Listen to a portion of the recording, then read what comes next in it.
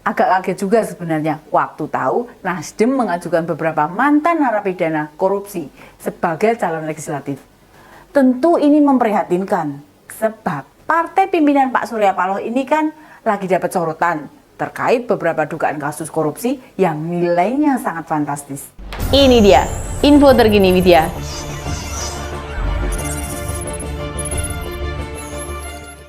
Mantan Wali Kota Medan periode 2010-2015 Rahutman Harahap resmi bebas dari Lembaga Pemasyarakatan Tanjung Gusta Medan Selasa dini hari.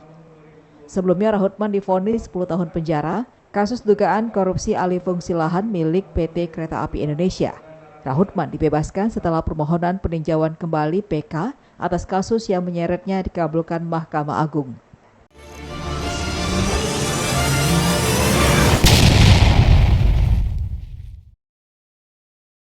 Bukankah mereka ketika awal berdiri pengen merestorasi Indonesia?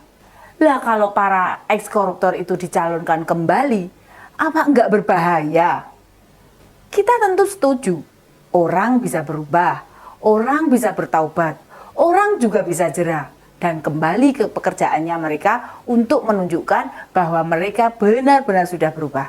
Cuma semestinya, sekali lagi idealnya sih, tidak diberi tempat. Dengan diberikannya mereka peluang jadi wakil rakyat, bagaimana kita menaruh harapan pada Nasdem? Pada capres yang dideklarasikan oleh Nasdem, dua mantan koruptor itu Pak Rahutman Harahap dan Pak Abdillah.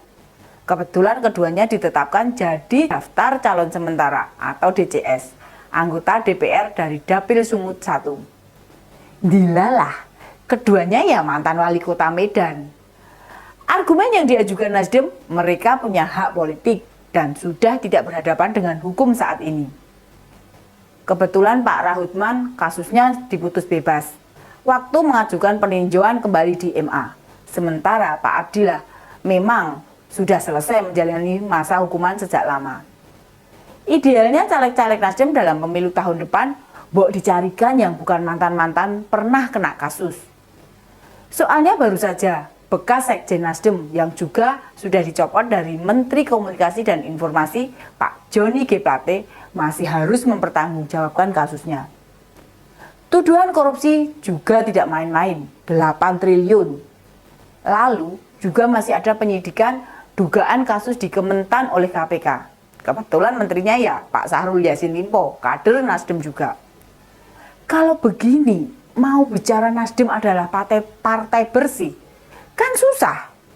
Lah di satu sisi kadernya bermasalah, nunggu kasus yang dihadapinya, ngajukan calon anggota legislatif kok orang-orang yang pernah korupsi.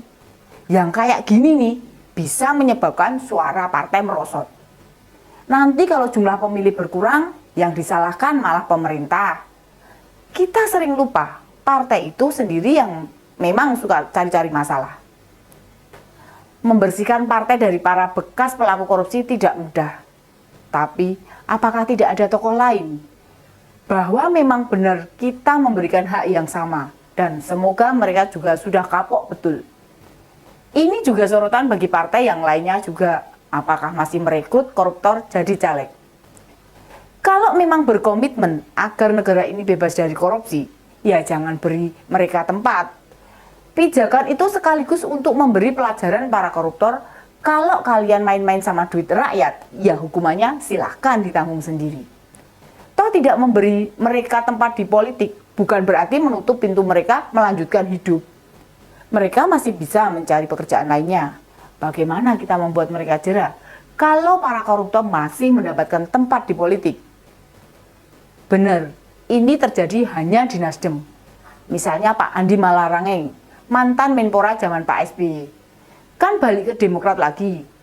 Cuma tidak tahu apakah jadi caleg atau tidak. Dia pernah divonis bersalah atas dugaan kasus korupsi juga. Lalu ada Mas Anas yang sekarang jadi Ketua Umum PKN. Walaupun tidak jadi caleg, tapi bisa jadi Ketua Umum partai. Jelas ini bukan tindakan yang bijaksana. Hal-hal semacam ini yang membuat pemberantasan korupsi makin sulit. Ayolah, para mantan koruptor itu biar punya pekerjaan selain di politik. Kalau masih mendapat ruang, akan menurunkan tingkat kepercayaan masyarakat pada partai itu sendiri. Apa akibatnya? Tingkat partisipasi masyarakat dalam pemilu jadi turun, minimal di daerah yang jadi tempat eks-terpidana korupsi jadi caleg. Mesti ada aturan tegas yang dibuat pemerintah dan DPR, atau juga bisa dibuat peraturan KPU yang menyebutkan koruptor tidak boleh jadi caleg. Bisa untuk 2 atau 3 pemilu ke depan, jika dievaluasi kondisi politik sudah lebih mapan, sistem pencegahan tindakan korupsi juga sudah lebih baik. Monggo, mereka mau jadi caleg, nggak masalah. Ingat loh, bicara hak pada pelaku kejahatan tidak berdiri sendiri. Memangnya kita sebagai rakyat tidak rugi atas perilaku serakah mereka? Ya jelas rugi. Memangnya yang dikorupsi mereka duit mbahnya? Kan ya duit rakyat juga. Buktinya hakim juga bisa memvonis mencabut hak politik dalam kurun waktu tertentu. Ya contoh kasusnya kan Mas Anas Urbaningrum. Meski dia sudah bebas murni, kalau mau jadi caleg harus nunggu 5 tahun ke depan. Ubah tuh aturan, siapapun koruptor tidak boleh maju jadi wakil rakyat. Misalnya dalam 2 kali pemilu setelah bebas murni.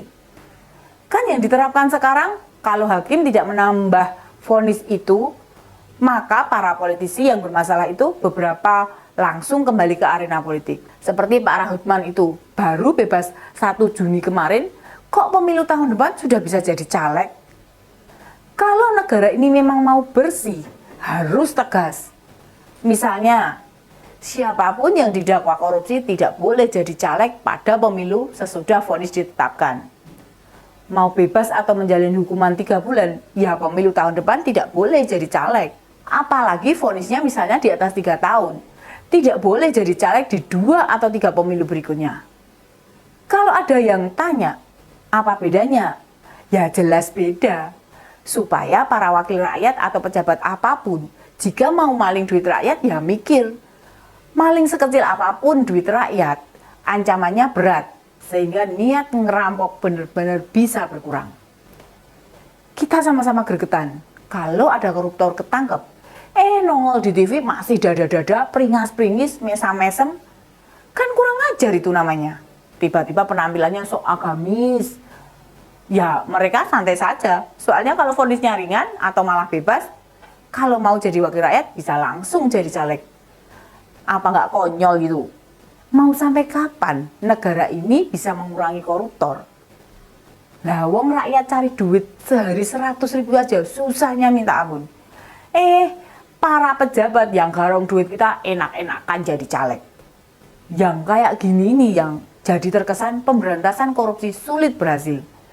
Harus ada keberanian, terutama bagi pengambil kebijakan. Mantan koruptor itu sebagian haknya ya harus hilang dulu. Kalau mau buka usaha, mau jadi pekerja, jadi ojol, tidak ada larangan sama sekali. Yang dibatasi itu hanya kalau mau jadi caleg. Kalau ada yang nanya, kenapa jadi wakil rakyat yang dibatasi? Soalnya peluang maling duit rakyat terbuka lebar. Kalau buka usaha atau bukan di politik, kan tidak ada potensi atau kesempatan mengulangi kejahatan yang sama, nyolong duit kita. Demikian info terkini dia, sampai ketemu lagi di ini dia info terkini dia berikutnya. Salam cerdas. Ini dia info terkini Widya.